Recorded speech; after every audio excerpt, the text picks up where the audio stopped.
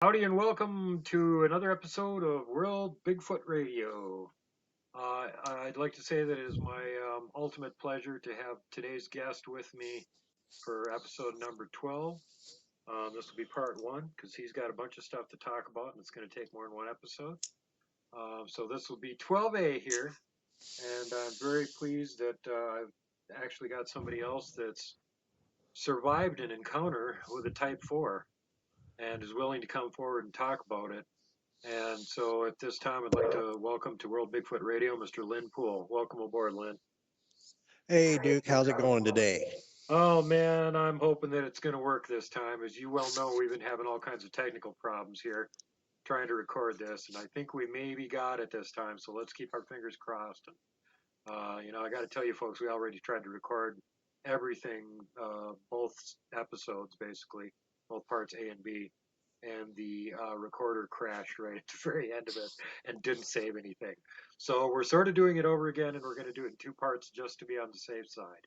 So this is part A here, and we're specifically talking tonight about the early part of Lynn's experiences with Bigfoot and his life in general, and his first and second encounters, both of which happened down in the far, far south mountain country of Tennessee.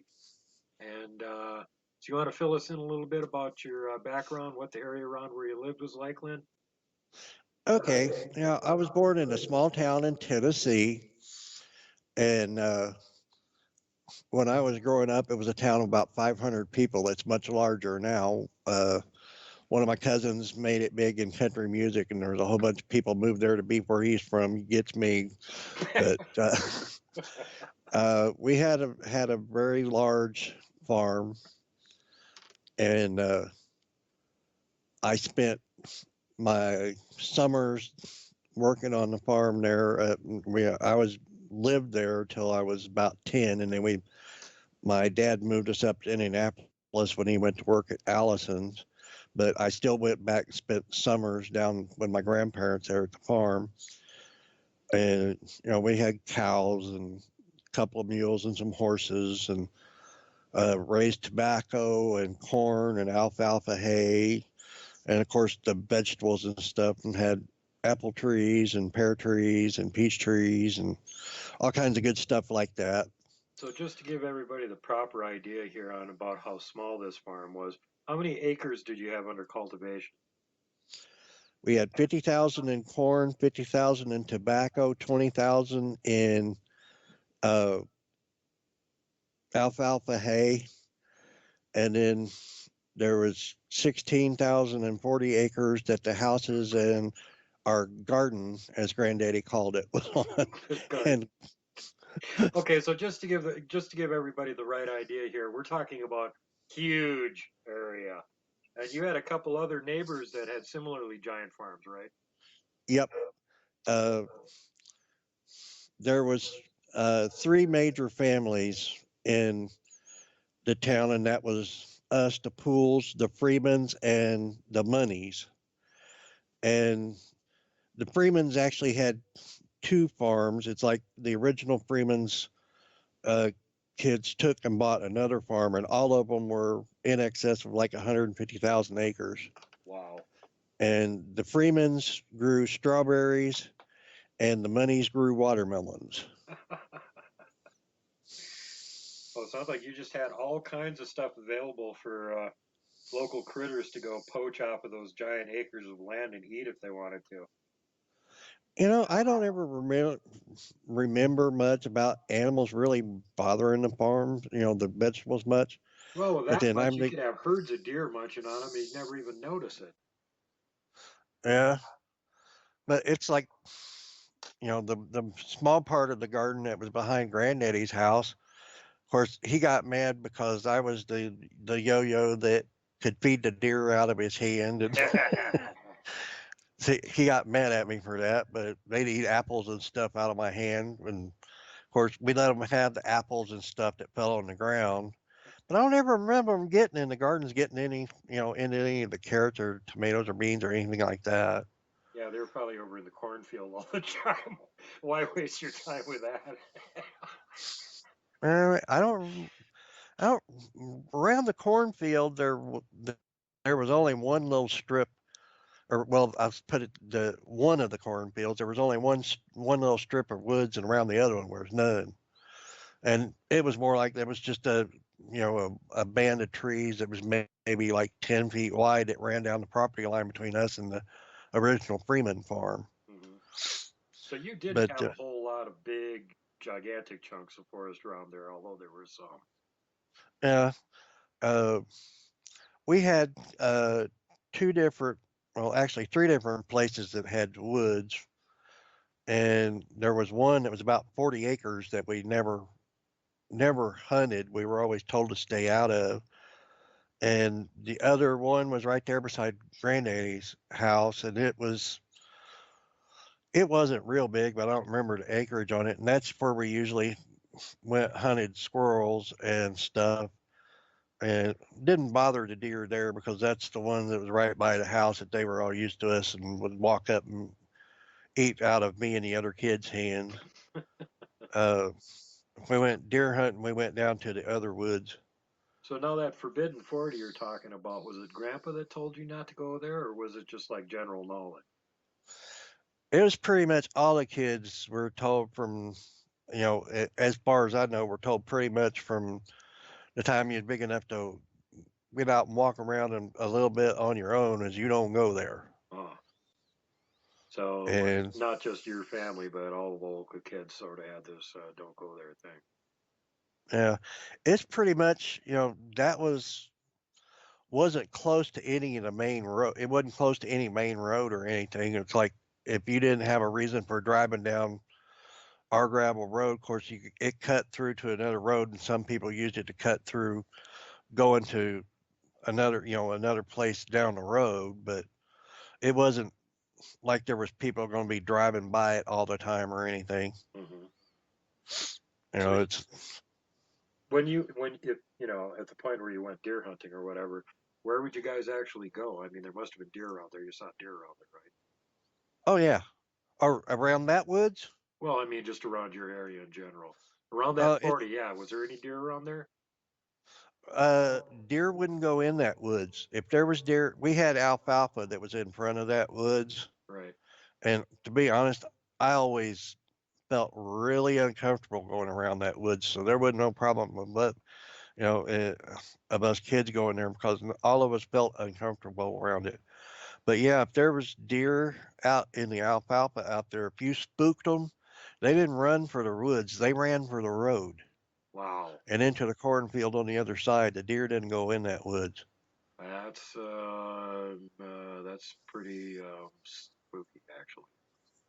Uh, I don't, one of my granddad's sisters got married and they built a house beside that wood. But everybody tell them no, build a house up by the other ones. They're like, no, we want to go over there by the tree, basically, Uh-huh. or something. And they built a house there, and they didn't stay there but about 2 years, and they moved out and let the house vacant and come back to the main house. And where grandpa or my great grandparents, Pa and Ma, lived, their house. Did they ever say But anything about why they just vacated the house after they were so dead set on building it there in the first place? not that I remember, at least none of us, not to any of us kids. Yeah, I suppose they wouldn't tell the kids. They might talk to the adults about it. Yeah, it's like my grandma took us when we walked down there to visit them one day, and it's like when we walked down there, when we got onto the drive going up to the house and everything, it was still probably like a quarter mile down that, you know, gravel driveway to get to the house. It's like grandma made us walk on the far side of the road from that woods. Wow. But like I said, I know that every time we went over their house or anything, if we played outside, it was in the front yard right by the house. That woods always made us uncomfortable. Hmm. And we was always told don't go there. We didn't have a problem with not going there, because we didn't like being around it. It just Fortunately, yeah. you know So really now, weird feeling. did you I ever don't ever remember when we was down there visiting and ever hearing any squirrels or anything like that around the woods. Birds up in the trees maybe, but I don't remember hearing squirrels barking or anything like that around them woods that I can think of. oh, do you ever remember hearing anything weird at night or having anything strange happen during the night? Yeah, when we were kids, uh, we were always told, it's dark. You don't go out when it's dark. The Hank will get you. We wanted to play outside. We had to be out in front of the house where the porch light was on, which was on all night. And as we got older, that kind of started wearing off. We're kind of like, yeah, Yeah. Like, you know, they're just making up boogeyman stories to keep us near the house. yeah. And we started getting where we were a little braver and going out and like the side of the house where it was dark and stuff. And till one night, uh, we were goofing around. Me and my cousin, I'll call him Mike, uh, went around to the side of the house, and I think we were playing tag or something or another. We were around the side of the house, and we were always told the Haint will get you with it. It's got big glowing red eyes and blah blah blah. And we went around the house and the side of the house and everything. And I sort of stopped and looked up because I seen something red, and I looked above these really tall weeds. They were probably about 10 feet tall or something. And there was these two red eyes over the top of those weeds, and I sort of like, it's time for us to go back in the house. I Nope. grabbed him and we went and got his sister, and we went in the house, and kind of forgot about it later. But there for a long time after that, we didn't go out of the light again for a bit. But pretty much, other than that, really did anything. I know we were up at the Ma and Pa's. Uncle Allison still lived there, and we were up there, and the cows always came in the night, went in the barn by themselves. You just went and shut the door behind them. That's a little And suspicious. uh, we had pigs and a bunch of hogs and stuff too. Now they had a shed that they could go in. It was, there wasn't a door on it or anything to get out of weather. We had a couple of mules and some draft horses, not riding horses, and they had a barn to go in that didn't have a door. They come and went as they went. But we were up there going to spend the night with Mom and Pa, and the mules and the horses started going crazy and running around and everything. And Uncle Allison grabbed his 30-30 and went outside, and everything calmed down. I don't think he ever seen anything. He didn't shoot at nothing. But that was kind of weird. But I don't really remember a whole lot of weird things happening down there. Yeah, I just find the thing with the cows to be kind of unusual. Generally, they don't just like go, "Oh, it's night. We should go back to the barn." I mean, unless you've got, generations of them trained to do it, that just seems a little bit odd. Yeah, we had 40 cows. And a strange thing to us, we had 40 cows we milked every day, but we didn't sell the milk. We didn't drink the milk. We poured it to the hogs. Never quite understood that, What? but it's like they got milked in the morning before they were let out of the barn, and then the barn door was open. They went out, and then they'd come back in the evening on their own to be milked and go in the barn. Huh. You didn't have to go herd them up, round them up or anything. They came and went on their own. Wow. You had some kind of magical trick going there that you need to teach all the rest of these ranchers out there. Well, it sounds like you had some kind of suspicious stuff going on there. That whole Forbidden 40 area sounds pretty creepy to me. And I know the area that figures into the next story here is actually like a sportsman's club. Is that the same area or is it near it? Um, that's up by there was Portland Lake and then the Sportsman's Lake. They were way outside of town. Uh, takes like 20 minutes from Granddaddy's house. Takes like 20 minutes to drive out there. But there was a Sportsman's Lake, which I think was a man-made lake, and then you had Portland Lake that was on the other side of a gravel road. Mhm. That's where they got got the city water from. And the Sportsman Lake was a private club, and I went to school with the kids that were the kids of the caretaker. They lived out there, and we spent, we go over there and stay overnight and stuff sometimes there at the Sportsman Lake, and they had three fish raising ponds. There's trout and largemouth bass and catfish that they grew to stock the fishermen's or the sportsman lake with, Mhm. feed them and play around. And they had uh, one of the great big uh, lights outside on a pole beside the house. But it's like when we're over there, it's dark. You come in the house, the doors gets locked, blah blah blah. When we were there, never really thought much about that. And there was caves around there too, Oh, God. and of course, I've loved caves since I was little and was in National Cave Rescue, a member of the National Speleological Society, How and old were you when you started doing all that? well, when I actually started going in caves, I was probably 5 or 6, Wow. but I joined the NSS. Actually, I was up here in Indiana after I got out of school and everything, and I'm like, well, hey, I'm going to join that and start going caving again.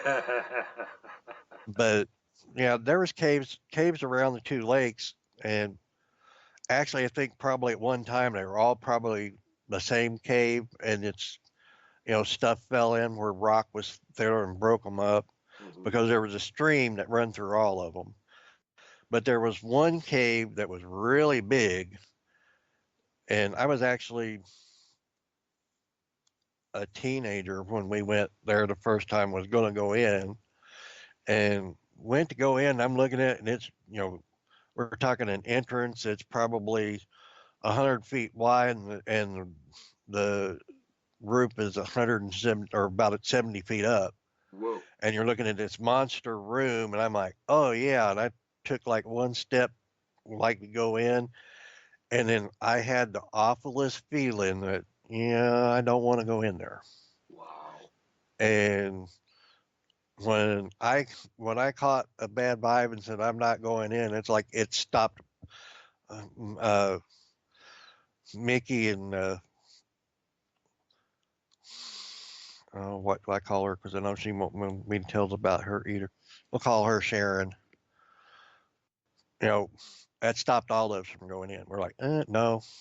And we went and played in one of the other caves. And all the time I've been caving, it's the only cave I ever wanted to go in that I didn't go in, and it's the only cave I've ever went in that I guess you'd basically say scared me. Yeah. I've never been in another one that's that give me any kind of feeling.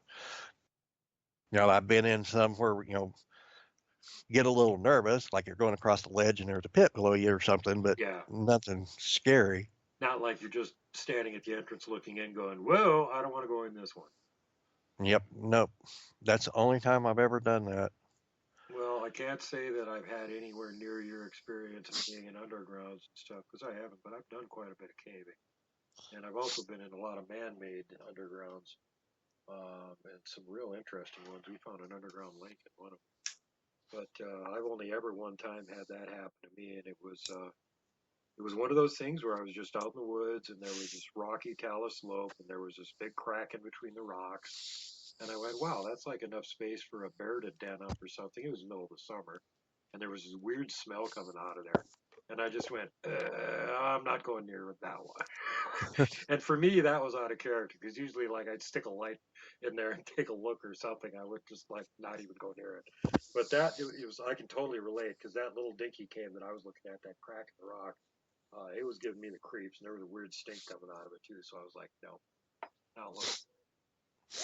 Yeah, but But a big one like that man, if you got the heebie-jeebies on that, anything could be in there.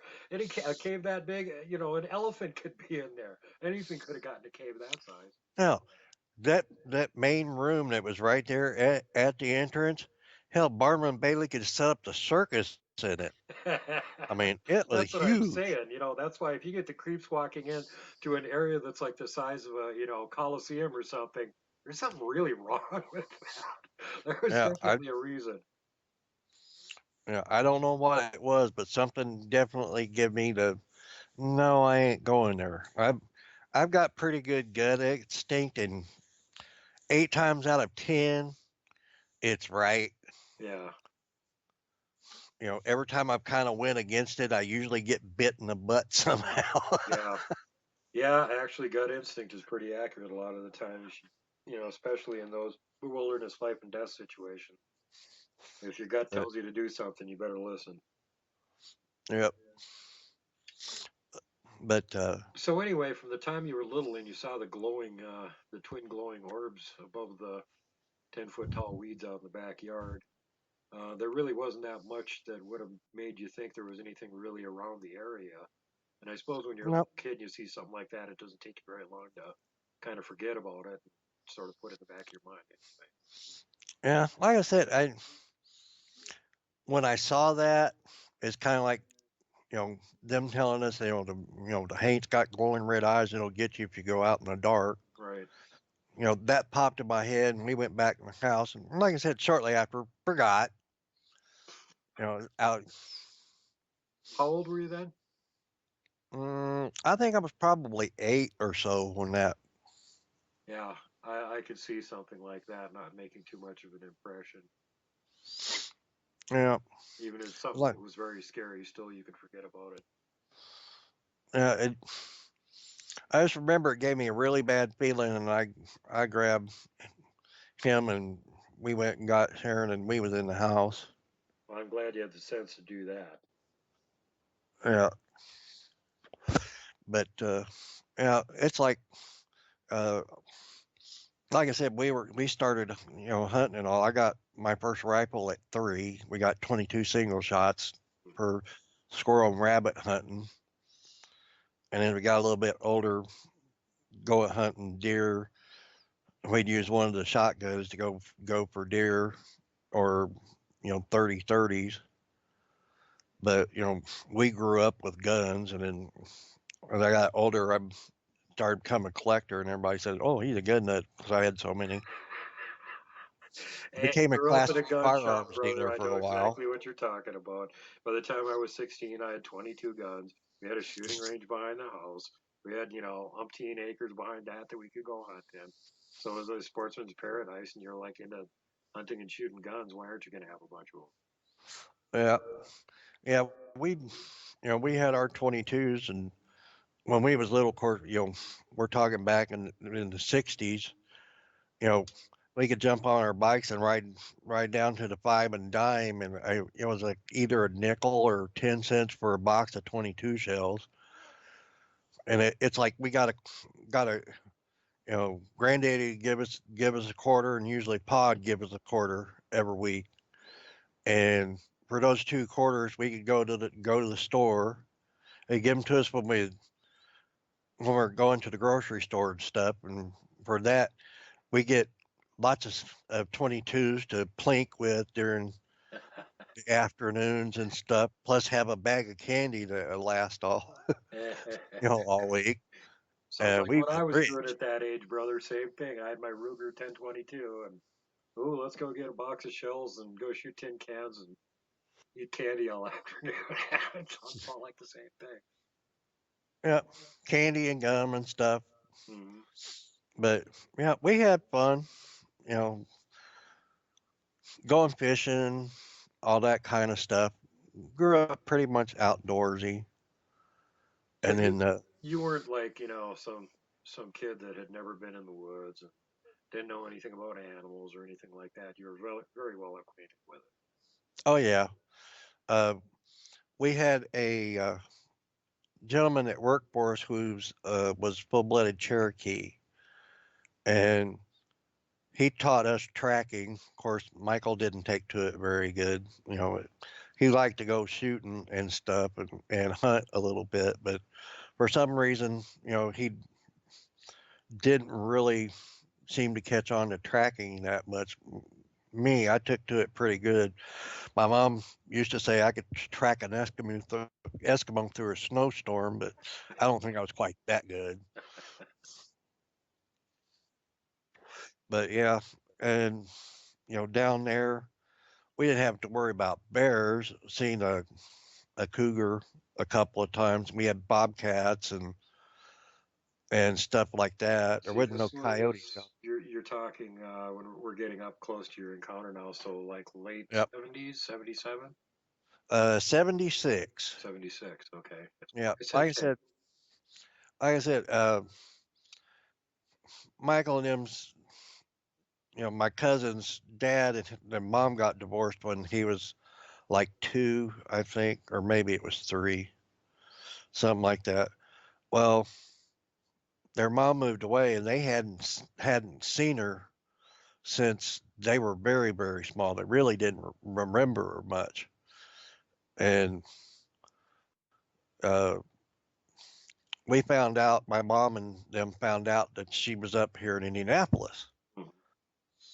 And I got my driver's license when I was 16, and one of my mom's friends gave me a 1968 Dodge Dart when they bought a new car. Woohoo! And and For turns those of out you they who didn't know how don't to. know what that car is, that's a cool car. Yep. And it turns out they didn't know how to take care of cars really well. They never changed the oil in it and Oh my everything. God.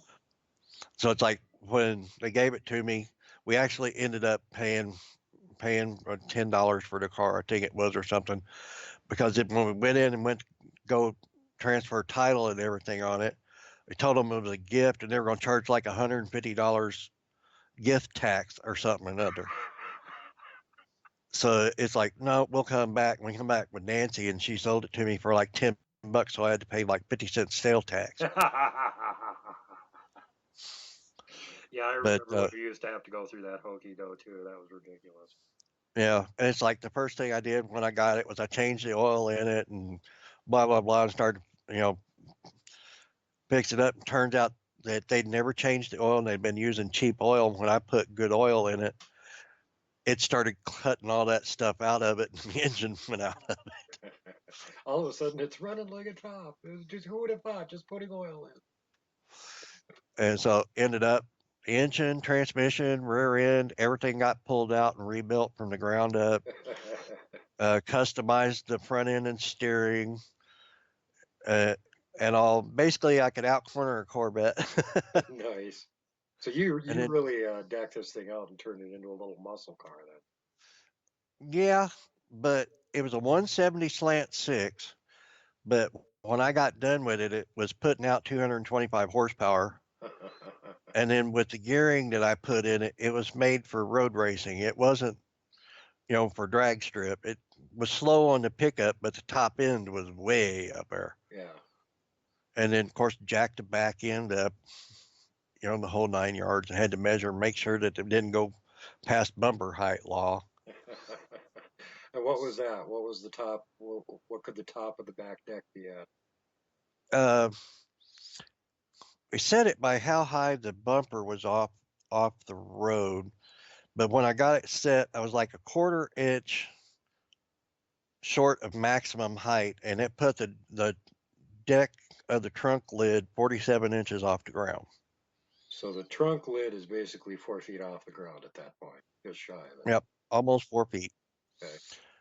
And so yeah, I had it all done, and Mike and them come up, and we introduced them to Aunt Millie, their mom, and run around up here for the first 6 weeks yeah, it's about, what was it, a month or 6 weeks, and then I drove them back down to spend the rest of the summer down at Granddaddy's, and was down there. We were running around and all having fun, and then one night we were going out, which this was, I think it was around like 4th of July weekend when I took them back. But we were out running around. Granddaddy and them told us, well, you got to be in by such and such time, which, and they told us, like a curfew, but he didn't like tell you any particular place you couldn't go, or no, he, it's like he knew we was going to go out roaming around, right. and he told us, he says, y'all don't go down there to the lake at night. You hear me? You don't go down there at the lake at night. Uh-oh. Now, when we was younger, we went frog gigging and stuff out by the lake at night. And I knew there were some people that coon hunted up there a few times. But the bad thing was, for some reason, that area was real big with rattlesnakes. Oh. I don't know why. They weren't, and it's strange. I don't remember them being around the sportsman's side of the lake, when we was over there playing with the kids. Mm-hmm. But they're around Portland Lake. Every time we went frog gigging up there, you had to take 22 pistols with you because there were so damn many snakes. Oh, jeez. I don't know if it's even worth it to go out there and gig frogs. You might as well just gig the rattlesnakes and eat them. Yeah. Most of the time when we went frog gigging, we'd go around the creeks, and if there wasn't, the only time we really ran up around the lake to frog gig was if there weren't really any big frogs around the creeks and stuff. Mm-hmm. And then you'd have to go up by the lake. We did that a few times. And but as a general, we didn't go out by the lake at night. But we went there's a place down there that's called the Panther Den. It's across the street from the high school. And it was like the kids hang out. And they had ice cream and shakes and burgers and fries and all that kind of stuff. Mm-hmm. So it's a little bit like a Dairy Queen, but not a Dairy Queen. But then right.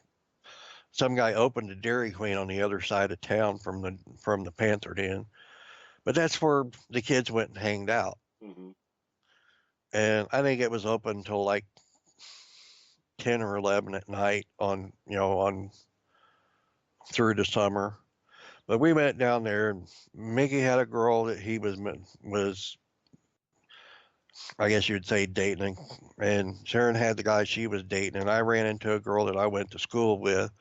So we was all out running around together, and we're going to go out for a drive.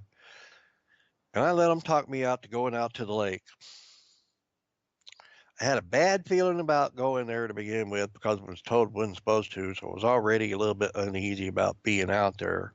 I mean, when you say the lake, you mean Portland Lake or Sportsman's Lake? Yeah, the Portland Lake. Okay. They were literally side by side, really. Yeah. It's like on one side of the road was the Sportsman's Club, and they had, they kept the grass and stuff mowed down. The other side belonged to the city. Okay. And so the Sportsman's Club on one side and the city side, Portland Lake side on the other side. Yep. And they had just re-graveled the road that spring. Had this bright white, brand new crushed limestone down on the road, and it just like it glowed down through there. But we went down there, and right there at the pump house and all, they had pole with a light on it. Went down there and pulled around, turned around. When I pulled in, the park just swung around where it was kind of halfway pointing out. Was actually the car was pointed toward the lake, and we were all out of the car, and the girl I was talking to was sitting on the hood talking to me, and I got a question like, for you. How big yeah, is the between the parking lot that you're in and like the area that's cleared around that and the pump house? How far is it to tree lines and down to the lake from where you guys are well, from where I parked, it was probably only 30 feet from the lake. at? That ain't very far. Okay. Yeah. Um, but to the closest trees, uh, probably close to 100 yards. So quite a big opening there, quite a big clearing. Yeah, it's like there wasn't any trees real close to the road, and where the parking was at there beside the pump house was, you could probably park a dozen cars there pretty easy. Okay. It wasn't real big, but Right. uh, like I said, we're all there. My cousins and theirs is on the other side of the car, and I'm on the driver's side, and the girl I'm with is sitting on the hood, and I'm just kind of leaned up against the car talking. And we hadn't been there very long, and I'd been real uneasy ever since I got out of the car. I mean, really uneasy. And I kept just putting it off because, saying, thinking, yeah, I'm just really nervous because I'm doing something Granddaddy told us not to. I'm doing something I shouldn't be. Yeah. Like you think you're feeling guilty. Yeah. And all at once, she says, "What's that over there?" And I said, "What?" And she took and pointed, and I turned around and looked, and there was a big tree over there. I don't remember. I think it was a walnut tree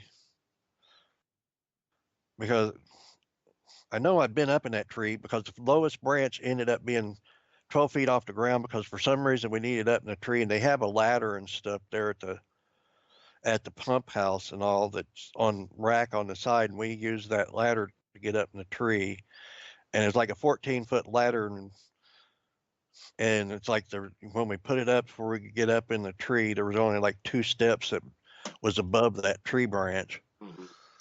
So I know that branch is 12 feet off the ground.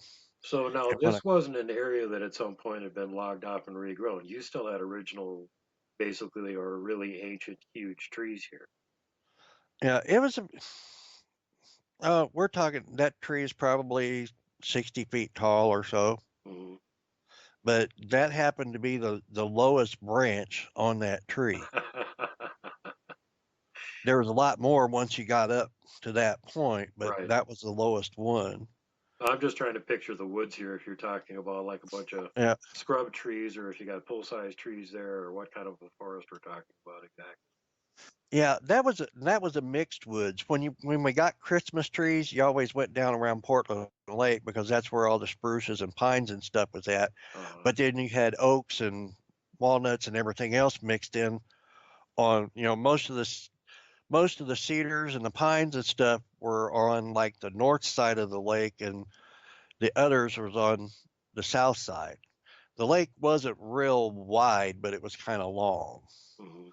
I mean, we're talking it's probably only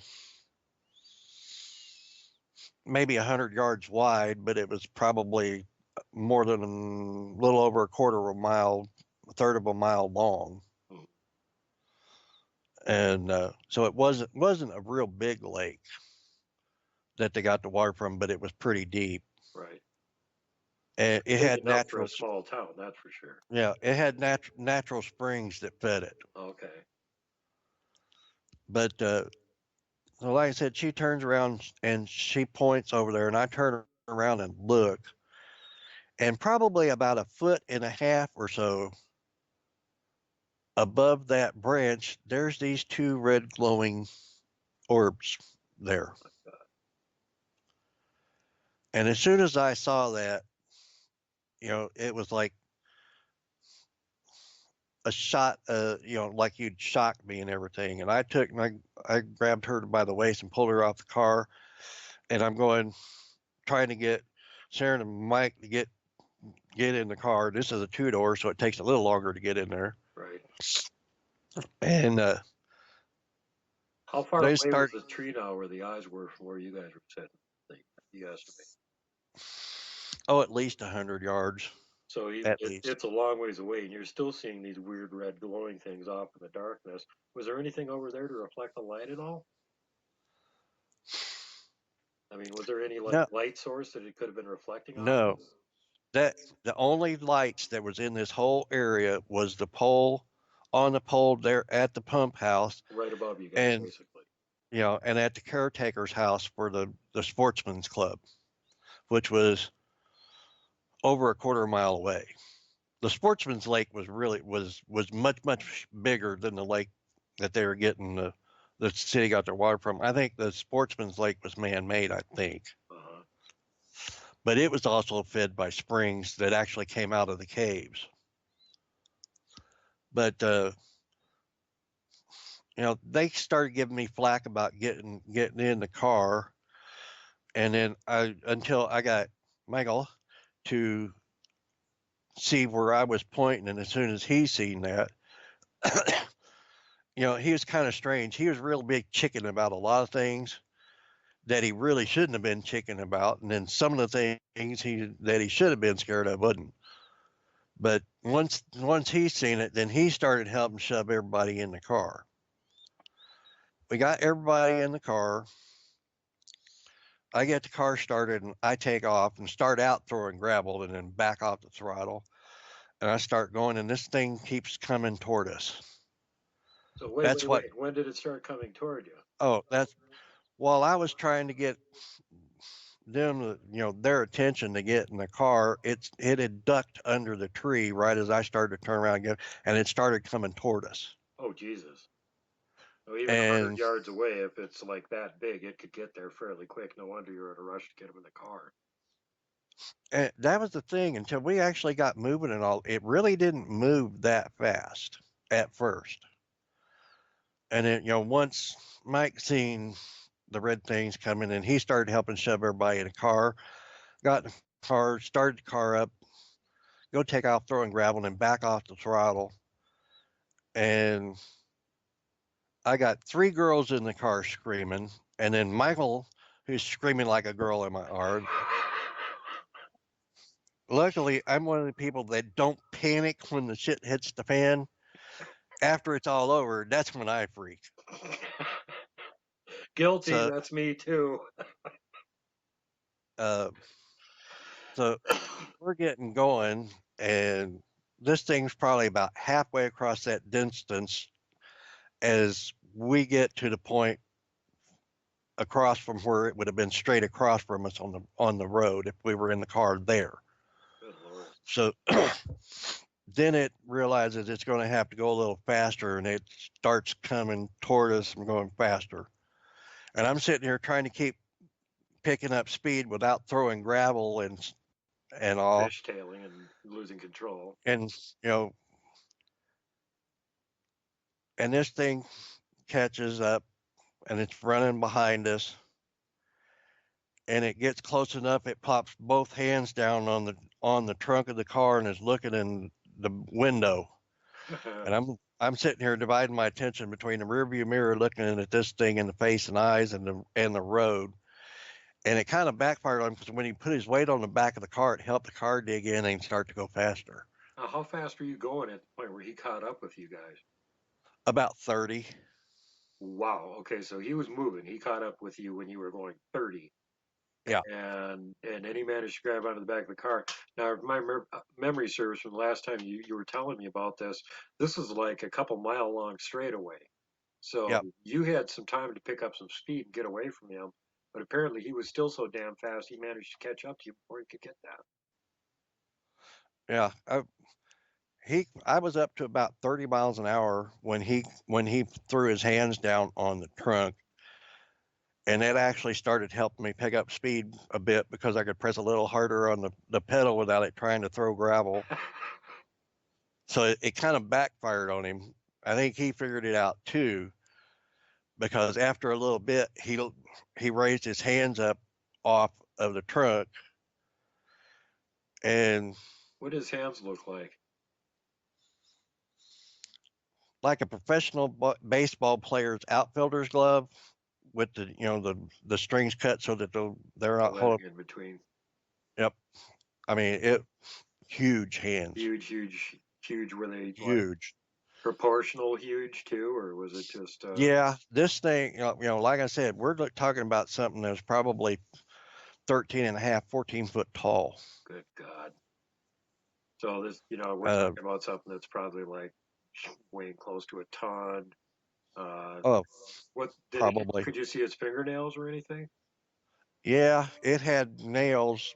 That the closest thing I can think of is like the nails that they put on the people in the vampire movies. They're not quite claws, but then they're not, straight regular fingernails either. Were they black like that? Because usually the vampire fingernails, they always make them black. No, I'd think these were kind of like an off yellow or something.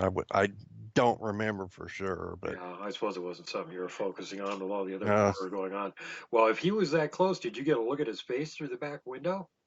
oh, very good. And how cute was that? Now, he was what color was he, you think?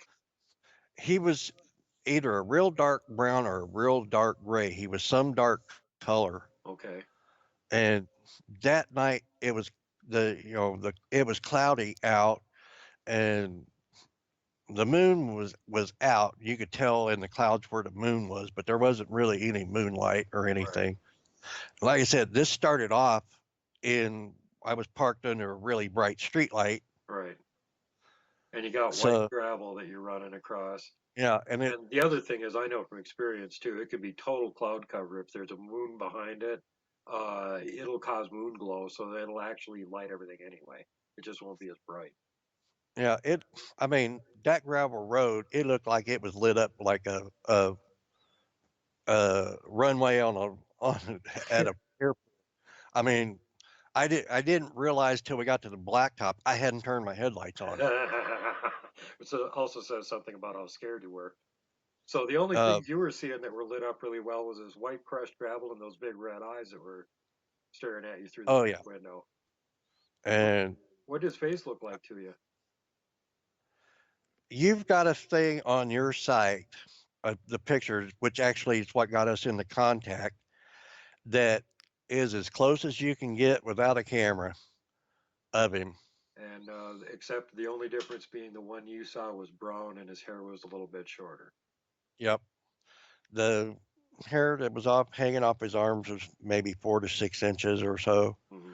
and the tufts around the face were shorter than what is on that picture. But other than that, they looked almost the same. And I know people's going to argue, and like Barnum says, they don't got no D cell battery shoved up their butt. That thing's eyes glowed. It wasn't eye shine; Yeah. they glowed because when I'm looking in the mirror and I'm seeing its eyes, they were burned into me. I'm looking at a red uh, cornea and a deeper red pupil, Mhm. and then Interestingly, you hear that in a lot of the tribal legends, especially where they say, well, we've got two kinds around, the good ones and the bad ones. Well, how can you tell them apart? Well, the bad ones have the red eyes. I mean, this thing was screaming against the back window. But like I said, I didn't get figured out that I was helping it gain purchase, so it lifted off the car Hmm. and was chasing. And I'm actually when it stood up and was running and staying with the car, I'm looking at its knees that are right about level with the trunk lid. Oh my God. So keep in mind, folks, that's 4 feet up. His knees are 4 feet up. Extrapolate height from there. And I'm getting it going faster. We're going faster. And he comes up and he slams his hands and all down on the truck lid again. At this point, I look down, I'm doing about 45 miles an hour and it's keeping up with me. Jesus. Man, it's like at this point, you wish you had a rear-mounted cannon on the damn car or something. What do you do in a situation like that? Yeah, that would have been a good thing to have, one of James Bond's cars right about then with the machine guns in the back. Well, brother, after I saw mine when I was only 10, I kept thinking about things like that the whole time I was at teenage years. I was like, is there some way that I can build like a flamethrower into the trunk of my car or something? No, but I'm sorry to sidetrack you. Okay, so this damn thing has got you like up close to 45 miles an hour, and he's still trying to slam on the trunk and grab onto you. Yes, he's got it. He's got his hands on the trunk again, and his face down, looking in the mirror. The guy in the back seat, he's got the two in the two holding them down, and then the girl I was with, she's practically got her face on her knees screaming, and then I got my cousin Michael, who's pounding me on the arm the whole time and screaming like a girl going. So it was very loud in that car. Well, and probably a good thing it was, because then you didn't have to hear so much of the thing outside the car screaming at you, which would have been equally as horrible. You could hear it over them. I was afraid you were going to say that. But so, like I said, I'm at about 45 miles an hour. The second time it plops its hands down on the trunk, not quite as far up on the trunk as it did the last time, and still gaining speed. Now we're probably a mile down the road from where I was parked at the start of this, halfway down the road. Right. And as I start gaining a little more speed, his hands fell out, started sliding down the trunk. His hands came off the back of the trunk when I was doing almost 50. God. And I started pulling away from him. So that thing can run almost 50 miles an hour. Yeah, keep this in mind, folks, the next time you think you're going to pull a prank on Bigfoot and run away from him. And I got pulled away from him far enough that I got to where I didn't see him anymore. And when you go from that, my road goes straight for 2 miles, and then it goes through an S turn and goes straight out to the main road. And like I said, that side of the road was the sportsman's place, and that was a smooth field with the grass kept mowed, everything. I didn't make the S turn. I cut across. I took out the S turn part, went straight across the grass. Got to the main road. We turned on the main blacktop road, and that's when I realized I didn't have my headlights on the whole time. So all this is going on with no lights. Mhm. And in that car, they had used radium paint for the speedometers and everything. Right, so the so you could dashboard see 'em in the glowed dark even if the anyway. lights weren't on. Right. So that's why I can tell how fast I was going, because they glowed. Oh, But man, I so just there can't. wasn't, and I don't see any way that there could have been enough light for it to be a reflection, and you're looking at eye shine. This thing's eyes glowed. Right. I know it bearing them, and I was going to say no, that ain't. But then they've took and found a fish this past year in the ocean that has orange, and it glows. Yeah. And it has glowing eyes. Just the eyes are a darker orange than the body, but they all glow. Yeah, there's lots of Eyes deep and sea all. fish that have bioluminescence of different kinds, so that's totally within the realms of the possibility. It's just kind of a weird adaptation for something that's sort of hominid ape-like. If you're thinking along the lines of, "Ooh, it's a normal animal," Yeah. I don't think that. Um, Now, so, as far so at what point did you actually lose this thing? There must have been somebody terrified enough to be watching out the back window. When did it give up chasing you? I think I was probably had pulled pretty close to about almost a quarter mile from it when I think it slowed down or stopped because then I couldn't see it. Very shortly I couldn't see it in the mirror anymore. So I Was this think it before figured you out it cut wasn't through going. the S? No, I lost it before I decided I was cutting the S. Okay. I hadn't seen it for a bit, but I wasn't in the mood to slow down. Yeah, yeah. Oh, let's slow down and see if he's still following. Oh, here he comes again. Not. Nope. It's like we're vacating the premises in the most expeditious as possible. Yeah. Exit stage left instantly. Yep. That's where I went when I saw mine too. Man, I was so glad I was at the top of a really steep, dangerous, long sledding hill with a sled right next to me. Because that's all I wanted to do was get the hell out. Yep. No interest in looking at him for 1 second longer than I had to. Well, God, that's terrifying enough. What did the other people in the car have to say about this? Were they all just like freaking out or quiet, or was anybody talking about it, or? The girls were crying. Like I said, Michael, he's freaking out right along with the girls. Mm-hmm. The guy that was with Carol, I don't even remember his name. He was the only one that he was kind of like me. He was pretty much, get the things taken care of. He started shaking and everything after we're away. We know we're away, and it's like, okay, let's take everybody home. Yeah. And other than you know everybody kind of going, what the hell was that, and everything. There wasn't really a bunch of chit chat and talk and chatter on the way back home, other Right. than, okay, well, let's take everybody home. So at that point, nobody had any idea what the hell that thing was that had chased you off off the lake Yeah, there that night. no, like I said, me and my cousins had always been told, you don't go out, the Hank will get you. And Mm-hmm. I'd heard other parents down there, around town, if you stayed over, you got to be in the house before, dark, or at least in the front yard in the light, or the Hank will get you. So I Jeez. know other people, but I don't know if the other kids that we were with at the time had heard that or not for sure.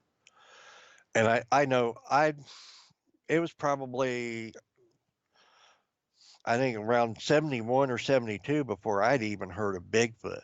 Right. And that's like, we were up here, and it's like every other week we would go to the Speedway Cinema, which is the closest movie theater to us, and go to a movie. They'd have like a short film and then your feature. And they happened to play the Patterson Gimlin film as the short before one of the main features. And that's the first time I ever heard anything like Bigfoot or anything like that, because we were never really told or kind of described to what the Hank was. Right. They just left it. This is this It's got nebulous glowing red monster. eyes and it'll Yeah. get you. It's got glowing red eyes. Other than that, we're not telling you what it looks like, and it'll get you. Well, And and as both of us know, the Type 4, whether the northern Wendigo variety that I saw or the southern Genoskwa variety that you saw, don't look shit like Patty in the Patterson Gimlin film. oh, hell no. So it wouldn't have helped you much to have seen that thing at that point anyway. It'd probably still be totally confused. No. The eyes and the teeth were the two things that kept, my attention. When this thing opened its mouth and I saw its teeth, the thought that went through my head was, my God, that thing's got the teeth of the abominable snowman and Rudolph the Red-Nosed Reindeer. I'm sorry for laughing again, but every time you say that, it cracks me up because I remember when I saw mine, I thought it was like a bear trap. Its teeth looked like a bear trap, and then and then when you told me that the abominable snowman and Rudolph the Red-Nosed Reindeer, I was like, damn, you're right. They kind of remind me of that too. But yeah, just a real vicious array of teeth, right? Yep, definitely carnivorous. It wasn't, definitely was not an omnivore. Yeah. This was straight Straight carnivore. up killer carnivore, no question about it. Yep, no questions about it. None at all. But yeah. So now after this whole horrific thing happened and nobody really had it, nobody in the car apparently had a clue what this thing might have been. Nope. You took like some of the folks home and then you went back home? Yep. We took the two girls and Carol's date. I took them all home, and we got home. I think we were like home like 5 minutes early. So if we hadn't booked out then, we might have been late getting it home, got in trouble for that. But it's like we got home just before we were supposed to be home, and Granddaddy was standing there at the door when we got Waiting there. to see if you were going to make the curfew? No, actually, I think he would either been awake because Grandma was still in the bedroom, and I think he'd either been there laying awake listening for us, or he woke up when he heard the car. Of course, I had a hush drush on it, but it wasn't real loud, but it was louder than the other cars around there. Right. And plus, he was But probably listening to hear for when you were coming back in. knowing Granddaddy, he didn't have to go to work the next day, so he may have been, laying there listening for us to come in. Right. But he met us at the door, and it's like he took one look at us when we opened the screen door, and he said, "Y'all went out to that damn lake, didn't you? You get in here." Wow. How could he tell that fast? I don't know whether we were just white as sheets or what, because we done decided we ain't telling nobody about this shit. Yeah, no We didn't kidding. know, the thought of Bigfoot never entered my mind. No. Like I said, I'd just heard of Bigfoot a few years before, and this thing didn't look anything like Patty, so Bigfoot never entered the thing in my mind about it. Yeah. You know, uh, when he said that, I thought, uh-oh, Uh I bet you Granddaddy's gonna get a belt after us for this one. oh. And we got a good chewing on about it and a big long talk. Did he tell you anything more about what the critter is at this point, or did he just lecture you about being reckless and foolish? Basically, I just remember getting lectured really, really hard and, getting our butts chewed out. Yeah.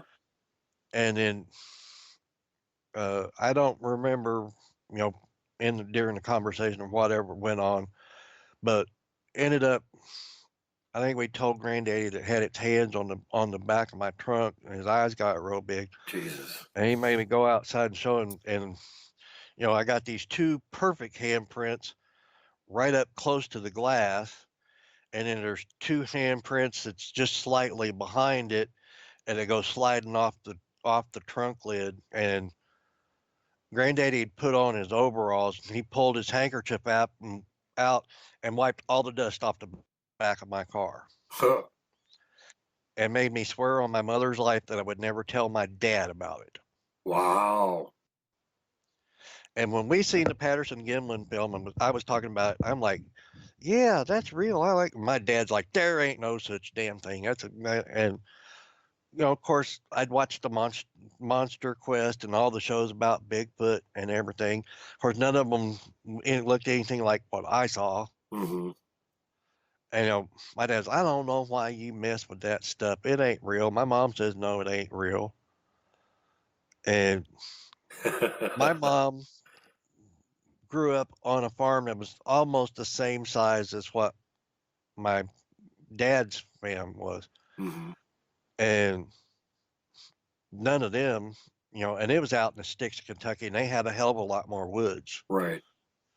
And never heard anything like that. And it just so happened there was something that wasn't long after that my mom called, and I needed to come home early for some reason. I don't remember why, but I never told anybody about that until I told you. All right. And by the way, I'm honored that you would actually be willing to share your story with me and through me with the other people that are going to hear it now.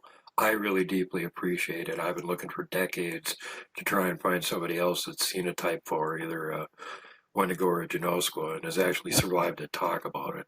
So for me, this is like very reassuring. Like I was joking with you when you first contacted me, the survivability of Wendigo encounters now went from 1% to 2%. So, And yeah, if we'd been on bicycles or something, we'd have been toast. yeah. Yeah, you're not out running something that tall on a bicycle. Forget it. You better be really fast. But, now that I think about it, I don't ever remember anybody night fishing at either of the lakes. Hmm. Now, we used to go out and kind of have like little parties out on gravel roads on the creeks and stuff all the time. But nobody ever went down there to the lake. There was people who go out fishing at the lake during the daytime, and they had like 3 or 4 picnic tables and stuff out there. But I don't ever remember, the times that we went frog gigging up there. There was never anybody up there but us. I don't remember anybody ever fishing up there at night. Man, that's creepy. So your grandpa made you swear to never tell your dad. That's interesting. Yeah, that's kind of, I didn't think much about it then, but as I got older, of course, at that point I'd never really got that big into Bigfoot. I saw the movie. I'm like, yeah, I told my dad, yeah, that's not a costume, Dad. That's something real. Hmm. And of course, like I said, he had his thing, and my mom always said it too. But that was burned into my mind. But I thought about it later. When I got disabled, I'm stuck at home all the time. I started cyber squatching, Uh-huh. and I found out a lot of things that actually during my time, I've probably been around them a lot more than I realized and just never seen one. I think there's a lot of people that have spent practically their whole lives out in the woods and have been near them a lot of times and never realized they were. Yep. Uh, but yeah, that was a very, very scary. And it's like when we got back and had dropped the girls and everybody off. That's when I got the real bad case, the jitters and everything. After we got home and out of the car, and after Annie started chewing on it, that's when I got my real case of the jitters and everything. But yeah, I prior to that, I never thought of Bigfoot really. So you were At like, how old when this happened then? 16? 16. I think you're about the Yep. same age that I was when I had my second encounter, and that was when I decided that I had to find out about him whether I wanted to or not because avoiding being in the woods wasn't working. Yeah, I I've seen we'll probably talk about this more in the other time, but since I've never went out in the woods and looked for them Hmm. or anything.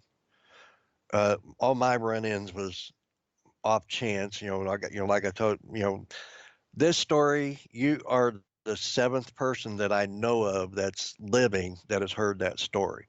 The 6 of us that were there, and you, and Wow. now the listeners when they get to hear it. So at this point, to my knowledge, because I don't think anybody, I know that my cousin didn't. I don't know if the girls and the other guy ever told anybody or not. But so to the best of my knowledge, there's only 7 people in the audience after they hear this that'll even know of this story. So to get back to how you actually contacted me and got this whole thing going, it was because I had been working with a guy who does photorealistic computer renderings of um, pretty much anything. Actually, you can do it with forensic type stuff to make mug shots for who are the police looking for and stuff like that, just off a description because you have the available equipment to do it with. And he's using sort of the same thing and trying to make mock-ups of Bigfoot. And he had found out that I had actually seen one of these Type 4s and had gotten a pretty good look at it. And he wanted to add that to his library of pictures. So he and I spent about 6 weeks working back and forth between descriptions and renderings that he was sending to me. And I'll put together a montage of all the different versions he sent for me to take a look at, just so the audience can take a look at it when they're looking at the show here. Yeah. But it got to the point where it got really damn close, and when he started getting them close, it was getting terrifying. It was really getting tough for me to look at him.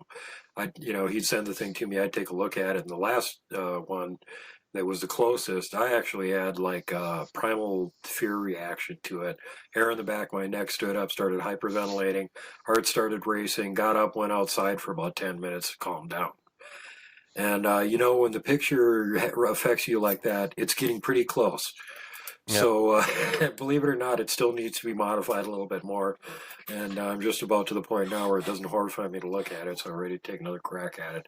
But this had been posted on my Bigfoot group, Montana Bigfoot Project, and then someone saw it there and posted it to the Bigfoot Outlaws group, and then you ended up seeing it on there, and that's how you saw it, and then your reaction was, "Oh my God, somebody else has seen one of these things."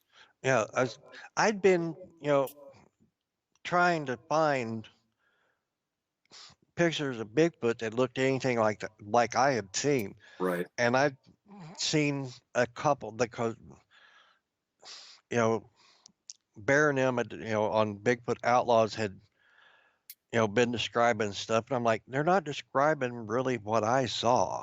Yeah. Well, ones and And twos don't look like a Wendigo or a Genoskwa. They just don't.